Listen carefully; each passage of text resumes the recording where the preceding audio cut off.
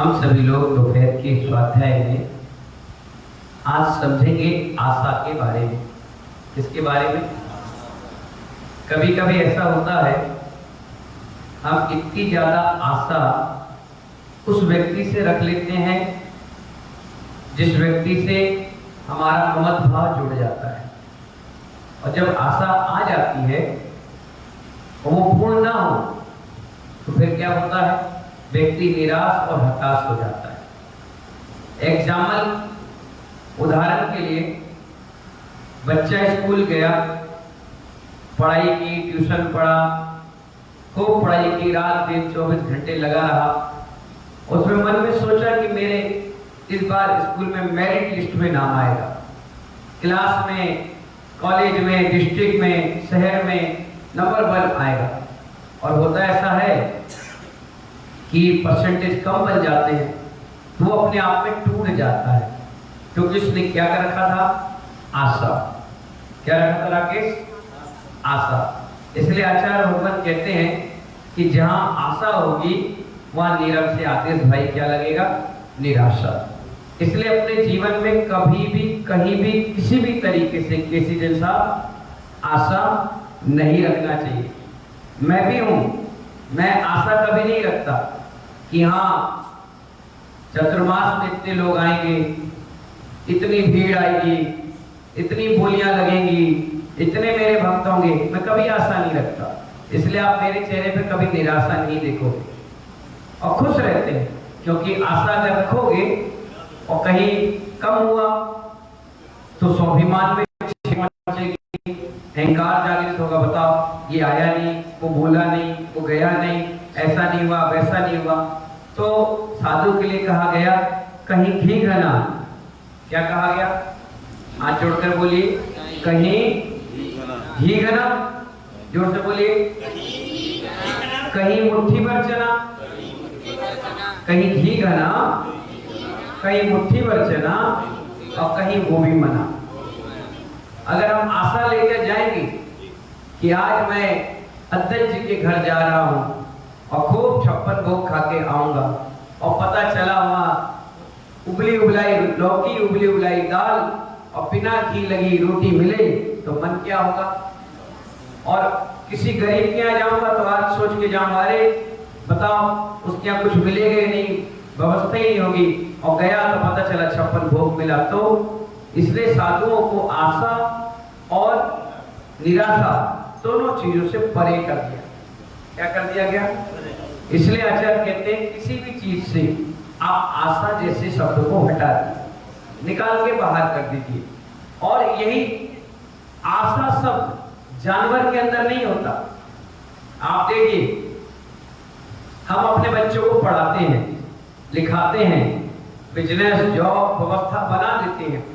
उससे एक आशा हर व्यक्ति रखता है कि मेरे बुढ़ापे में काम आएगा। हर कोई रखता है। रखता है कि नहीं रखता राकेश? सब कोई रखते हैं। दीपक, रखते भी नहीं रखते? हर कोई रखता है। क्यों रखता है? क्योंकि उसको मालूम है कि मेरे बुढ़ापे में मेरे बच्चे ही काम आएंगे। और क्या होता है, अगर बच्चे संस्कारवान रहे, लायक रहे तो कोई बात नहीं, चलो ठीक है। लेकिन नालायक निकल गए, अब क्या करोगे? उसने शादी की, आपने मकान बना दिया, उसने तुरंत अपने मकान में शिफ्टिंग कर ली। ना तुमसे पूछ रहा, ना तुमसे बात कर रहा, ना तुम्हारे पास आ रहा, ना हंस रहा, ना बोल रहा, ना तीज, ना त्योहार, ना कोई फंक्शन, ना कार्यक्रम, कोई मतलब नहीं। अब तुम घुट घुट के जी रहे हो, घुट घुट के मर रहे हो, परिणाम खराब बना रहे हो। क्या मतलब? क्योंकि आपने बचपन से ही जैसे उसका जन्म हुआ आशा रख ली। क्या रख ली? सुने, आशा रख ली। आशा नहीं रखना चाहिए। इन्होंने आशा नहीं रखी हमारे विश्व शाम सागर जी कि हमारे 4 लड़के हैं कि हमें खिलाएंगे, पिलाएंगे, बुढ़ापे में सहारा बनेंगे। बोले नहीं, हम तो सम्मान की जिंदगी जिएंगे।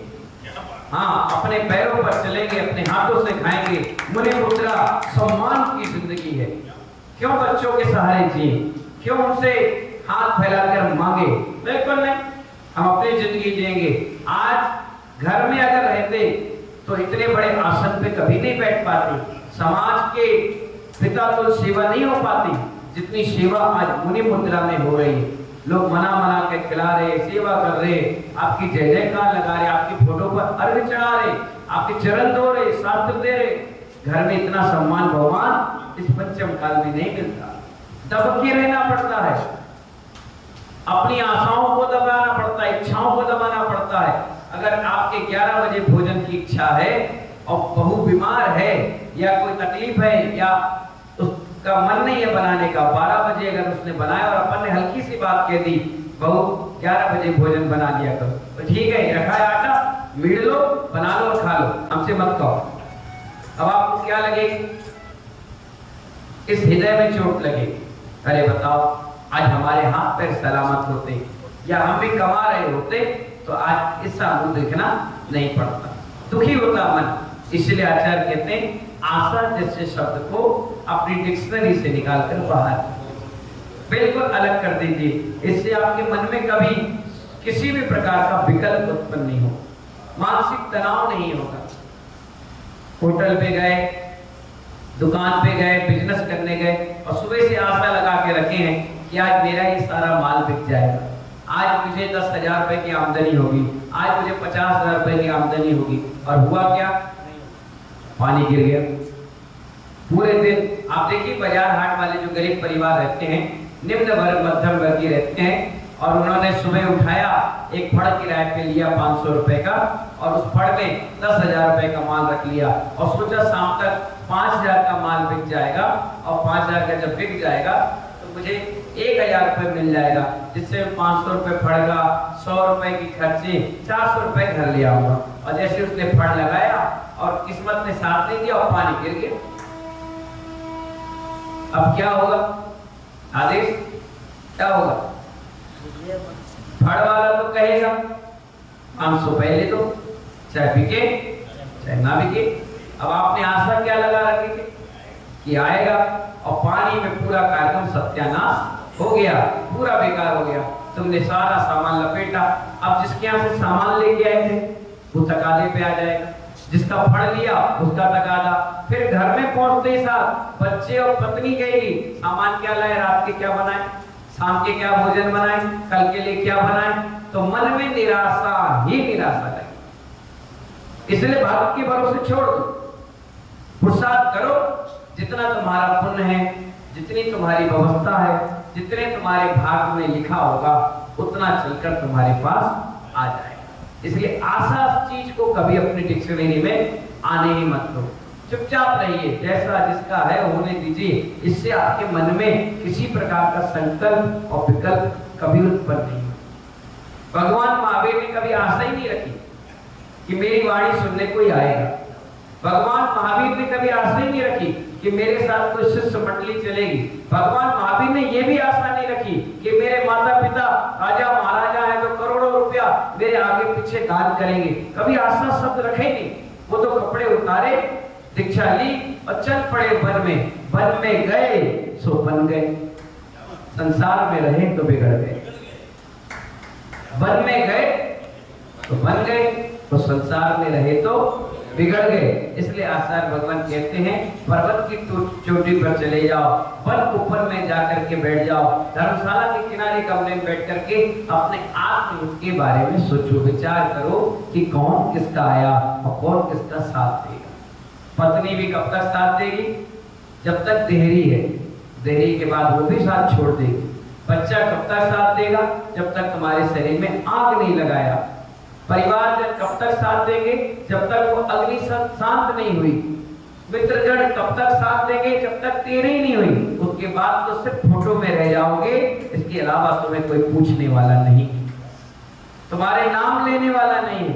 और मुनि मुद्रा को धारण कर लोगे तो आज नहीं कल संघ के लोग, समाज के लोग, परिवार मित्रगण, शहर के लोग याद करेंगे कि हाँ कोई मुनि बना था और हमारी समाज को कितनी ऊंचाई पर लेकर गया। इसलिए मुनि मुद्रा सबसे सर्वश्रेष्ठ मुद्रा, और मुनि मुद्रा में आने के बाद भी कभी आशा नहीं रहती। जहां जहां आशा वहां वहां निराशा। इसीलिए कभी जीवन में आशा नहीं रखना चाहिए। हे मुमुक्षु, दो साधुओं के पुण्य और पाप में अंतर होता है। क्या कहा? अभी तो शराब की बात चल रही थी, अब साधुओं के बारे में बता रहे हैं आचार्य भगवान। दो साधु हैं, उनके पुण्य और पाप में भी अंतर होता है। जो जीव यति संग में आकर भी यति संग में नहीं रह पा रहा, भाई मुनियों का संग है, उस संग में आ गया, दीक्षा हो गई। हमारे आचार्य भगवान कहते हैं जब भी किसी की दीक्षा हो तो कम से कम 3 और 5 साल संग में रहना चाहिए। महाराज कितने साल? 3 और 5 साल संग में रहना चाहिए, और संग में रह करके संघ के अनुशासन को सीखना चाहिए। देखिए आज के समय में जो जितना देखेगा उतनी जल्दी वो सीखेगा। पढ़ने से और समझाने से उतना नहीं समझता, वो देखकर समझता है। हमारे गुरु जी कहते हैं, आचार्य गुरुवर विराग सागर जी महाराज, गुरु की चर्या देखकर शिष्य उनकी चर्या को अपनाता है। इसलिए आचार्य से दीक्षा देने के बाद अपने शिष्यों को कहते हैं कि कोई विकल्प तो नहीं है, कोई संकल्प तो नहीं है, कहीं जाना तो नहीं है, यश कीर्ति ख्याति फोटो लाभ प्रवचन के शौक तो नहीं है। शिष्य मंडली कहती नहीं गुरुजी, हमें तो अपना आत्मा का कल्याण करना। कहते हैं ठीक है, बैठ जाओ शिष्यों के साथ, सुबह दोपहर शाम 4-4 5-5 टाइम क्लासें पढ़ाई जाती है।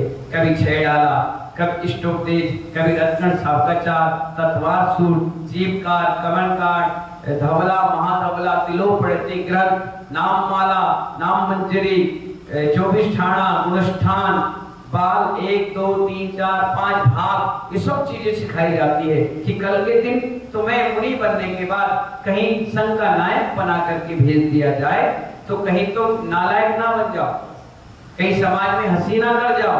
इसीलिए रोज के रोज गुरु जी के प्रवचनों से पहले एक शिष्य मंडली के एक शिष्य को माइक देकर के मौका दिया जाता है। पहले मंगलाचरण कहना सीखो। क्या कहना? मंगलाचरण बोलना सीखो। अपने मंगल आचरण के प्रति विवेक रखो।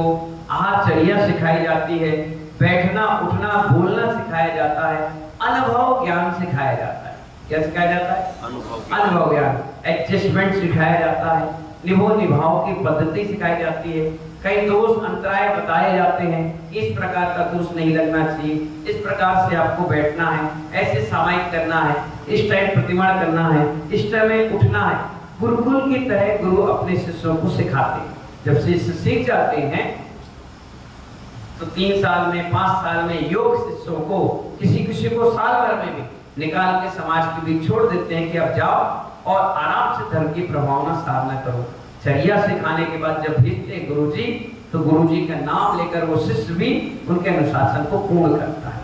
इसलिए आचार्य कहते हैं 2 साधुओं के पुण्य और पाप में अंतर देखो कि जो जीव यति संग में आकर भी यति संग में नहीं रह पा रहा है उसकी प्रज्ञा का विवेक नष्ट हो गया। क्या हो गया?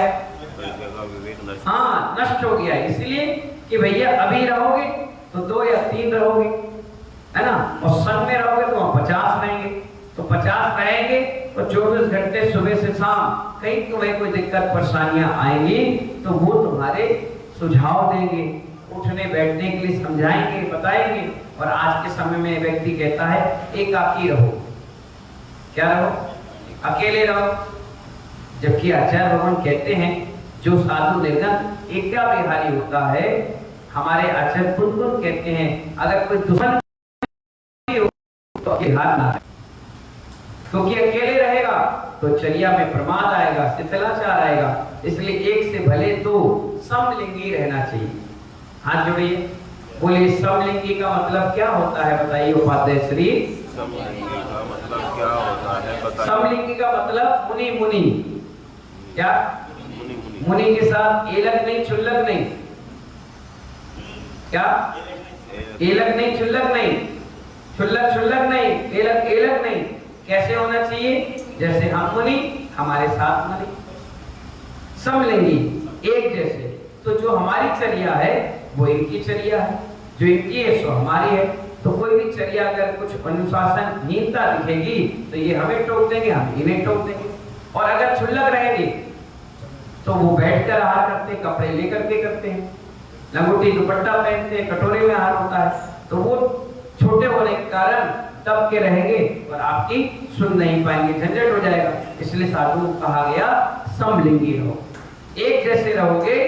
और बड़े आचार्य कहते हैं कि एक साथ रहो, एक साथ उठो, एक साथ बैठो, एक साथ बोलो, एक साथ साधु सेवा भी एक साथ। ऐसा नहीं तुम अलग हम अलग, महाराज एक साथ। इससे क्या होगा, समाज में संदेश जाएगा कि हाँ सारे साधुओं में प्रेम वात्सल्य है। अब हम अलग पढ़ने लग जाए, ये अलग पढ़ने लग जाए, ये अलग अपना ग्रुप बना ले, हम अलग बना ले, तो लोग कान में क्या कह जाएंगे, चार बातें हमारी उनसे और उनसे हमारी, जो घर में करते हैं गृहस्थ वो साधु के जीवन में कर जाएंगे। और साधु कान का कच्चा, जिसने जैसा कह दिया उसने मान लिया, जबकि मालूम होना चाहिए ये मिथ्यात्व का पोषण करने वाले हैं, ये महाव्रती नहीं है। जो तुम्हारे साथ है वो कौन है, महाव्रती है। महाव्रती का मतलब वो झूठ नहीं बोलता, वो हंसी मजाक नहीं करता, वो किसी को कमेंट्स नहीं करता, वो आनंद के साथ अपने क्षण को जीवन की आराधना में, सम्यक आराधना में लगा देता है। इसलिए आचार्य कह रहे हैं उसकी प्रज्ञा, उसका विवेक नष्ट हो गया है, जो सब को छोड़ने की बात करता है, सब को छोड़कर एका बिहारी बन जाता है। उससे में मुनि बनने की आशा थी। क्या बनने की आशा थी? मुनि बनने की आशा थी। उस मुनि लिंग के भेष की आशा ने उसे मुनि तो बनाया, क्या बना दिया, मुनि तो बना दिया। ये भी एक प्रकार का राग था। क्या राग था? मुनि बनने का राग। उसने मुनि लिंग पर विश्वास नहीं है। अगर विश्वास होता, ज्ञानी वह कहता कि पुण्य और पाप प्रकृति भूतगल की है, इसमें यश और अपयश आत्मा का धर्म नहीं है। अब स्वाभाविक है, जो बड़ा होगा उसको तो अर्घ चढ़ेगा, छोटा होगा उसका भी नाम बोला जाएगा। भाई बड़े हैं, इंजन कहाँ होता है? पीछे होता है या लास्ट में होता है? पर चलता हुआ इंजन कहाँ होता है? आगे होता है। कहीं भी कोई पूछेगा, सलाह लेगा, बोलेगा तो बड़े से ही तो बोलेगा, छोटे से कौन पूछेगा? वो नहीं पूछता। अब धीरे धीरे छोटा सीखेगा तभी तो बड़ा बनेगा। और आज के समय में क्या होता है, छोटा हमेशा ही सोचता है कि मैं बड़ा बन जाऊं, मैं बड़ा बन जाऊं, लेकिन बड़प्पन नहीं ला पाता, लघुता दिखाई जाती है। हम लोग थे तो मालूम है, मुनि बनने के बाद भी, क्या बनने के बाद, मुनि बनने के बाद हमसे भी जो बड़े बड़े मुनि थे, 1 साल 6 महीने, 1 महीने, 2 महीने, 1 दिन, उन सबके पैर दबाकर सेवा करते। अरे बड़े को छोड़ो, छोटे भी मिल जाए तो उनकी भी सेवा करते थे। पीछे रह जाए बुजुर्ग तो हाथ पकड़कर चलते थे, और कभी स्वास्थ्य खराब हो जाए तो रात के जग चक्कर उनकी सेवा करते थे। ये सेवा ही समाधि का कारण बनता है। सेवा ही क्या कह रहे, समाधि का कारण बनता है। आज हम सेवा करेंगे तो अंत में वो सब मिलकर हमारी सेवा करेंगे। क्या करेंगे? हमारी सेवा करेंगे, हमारी भैया वित्ती करेंगे, हमें संबोधन देंगे। आज हम सबको संबोधन दे रहे हैं, यही संबोधन लौट करके हमें मिलेगा और कहा जाएगा कि हे आत्मा, तू आशा की जिंदगी मत जी। क्या कहेंगे? आशा की जिंदगी मत जी, निराशा ही मिलेगी। अपने आत्मा का धर्म यश और अपयश बिल्कुल नहीं है। क्या नहीं है? आत्मा का धर्म यश और अपयश नहीं है। कभी आपने देखा क्या आत्मा के पोस्टर लगते हो, आत्मा का नाम बोला जाता हो, आत्मा का अर्घ चढ़ाया जाता हो? आत्मा कुछ नहीं है, बिल्कुल नीट एंड क्लीन है। वहां तो शुद्ध विशुद्ध परिणाम जो बनाएगा वो अनंत अनंत परमिष्टि में समा जाएगा। इसलिए आचार्य कह रहे हैं कि ये आत्मा का धर्म नहीं है। संग में आकर भी तुम संग में क्या लाए हो? संग में आकर भी तुम संग में क्या लाए हो, यह तो बताओ भैया। तुम जहां भी जाओगे किसी भी संग में, पर तुम्हारे संग में जो रहेगा वो फलित वही होगा। आप मुनि संग में आए थे, पर ये क्यों भूल गए कि मैं संग में पूर्व अपयश लेकर आया। अगर आपसे कोई कहे कि भैया आप घर से क्या लेकर आए थे, तो आपने कपड़े की दुकान की थी, आपने होटल खोल रखा था, आप सराफे के व्यापारी थे। अब उस व्यापार में जो भी काला चिट्ठा आपने किया है, अब वो इस पुण्य मुद्रा में आकर के धुलेगा। क्या होगा? धुलेगा। तो जब तक पुण्य मुद्रा का पुण्य आप इकट्ठा करोगे, जब तक तो पुराना चलेगा ही चलेगा। अब वो धीरे धीरे धीरे धीरे व्यक्ति की स्मरण से हटेगा, तब जाकर तुम्हारा पुण्य का गगरी दिखेगा। अभी कोई व्यक्ति अचानक से सब्जी बेचता हो और करोड़पति बन जाए, तो 2, 3, 4, 5 साल तो अपन यही कहेंगे, हमारे सामने सब्जी बेचता है, हमारे सामने सब्जी बेचता है, अब इतना बड़ा आदमी बन गया। पर 5-7 साल उसको वही कहा जाएगा, और धीरे धीरे जब वो बड़ा आदमी अपने इमेज, अपना एम्पायर तैयार कर लेगा, तो फिर लोग क्या कहेंगे? अरे बहुत बड़े सेठ जी हैं, बहुत बड़े सेठ जी हैं। पर जब जो भी उस समय रहे होंगे, उनके रहते तो यही सुनने मिलेगा कि सब्जी वाला एक दिन सेठ जी बन गया, सब्जी वाला क्या बन गया। इसीलिए 2-4 पीढ़ी तक कहते थे। हाँ, 2-4 पीढ़ी कहेंगे, जब तक नई पीढ़ी उनको देख नहीं लेती। अब कोई अंबानी को कहे कि अंबानी के पिताजी एक लोटा और थाली लेकर आए थे, आज अनिल और मुकेश क्या बन गए? पढ़ के अरबपति बन गए। अब लोग कहते हैं, लेकिन उनके पिताजी जब तक थे तो लोग तो यही कहते थे कि छोटे से काम से स्टार्ट किया, किस्मत साथ देगी। तो ऐसे ही महानुभाव, हम क्या लेकर आए थे अपने साथ? अब यश, यहाँ यश मिल रहा है तो खुश हो जाओ। क्या यहाँ यश मिल रहा है? थोड़ा मिल रहा है। ये तो सोचो कि अगर घर में होते तो क्या मिलता? कौन तुम्हें अर्घ चढ़ाता? कौन तुम्हें सिर पर चढ़ाता? कौन तुम्हारी कमंडल पकड़ता? कौन तुम्हारे पैर दबाता? कौन तुम्हारी फोटो लगाता? अरे तुम्हारे बच्चे भी अपने पॉकेट में तुम्हारी फोटो नहीं रखते, मोबाइल में अपनी लगाते हैं, पिता और माँ की नहीं लगाते। ये सोचो कितना लोग तुम्हारे नाम से चैनल चला रहे, तुम्हारे नाम से अपडेट दे रहे, तुम्हारे नाम ख्याति फोटो दुनिया भर में फैला रहे हैं। अब इतना जो मिल रहा है, इसके चक्कर में तुम अपना पुराना या नया कुछ ऐसा मत बिगाड़ लेना जिससे तुम्हारी आत्मा का हिरास हो जाए। ठीक है ना? आप मुनि संघ में आए थे, पर आप ये क्यों भूल गए कि संघ में पूर्व में अपयश लेके आया हूं, तो यहां भी मुझे अपयश ही मिलेगा, यश नहीं मिल पाएगा। यदि तुम यश कीर्ति लेकर आए हो तो यहाँ भी तुम्हें यश मिलेगा। क्या मिलेगा? यश मिलेगा। हे साधक, यदि तू यति संघ में बैरागी बनकर आता तो यह कहता कि मैं विषय आशा से विसर्जित करने के लिए मुनिराज बना। क्या के लिए बना हूं? विषय आशा का विसर्जन करने के लिए मुनिराज बना हूं। अब मैं आशा भी नहीं करता हूं कि कौन कैसा क्या कर रहा है। मैं तो इसलिए आया हूं कि मुझे क्या करना है। जो ऐसा विचार करेगा वही बाहर नहीं भागेगा। क्या नहीं भागेगा? वो बाहर नहीं भागेगा। उसको गुरु भेजेंगे जो ऐसा विचार करके आएगा, उसने भीतर देखा ही नहीं कि बाहर क्या है, उसने भीतर देखा ही नहीं बाहर क्या है। भैया विश्वास रखना, जगत में तनाव नाम की कोई वस्तु नहीं है।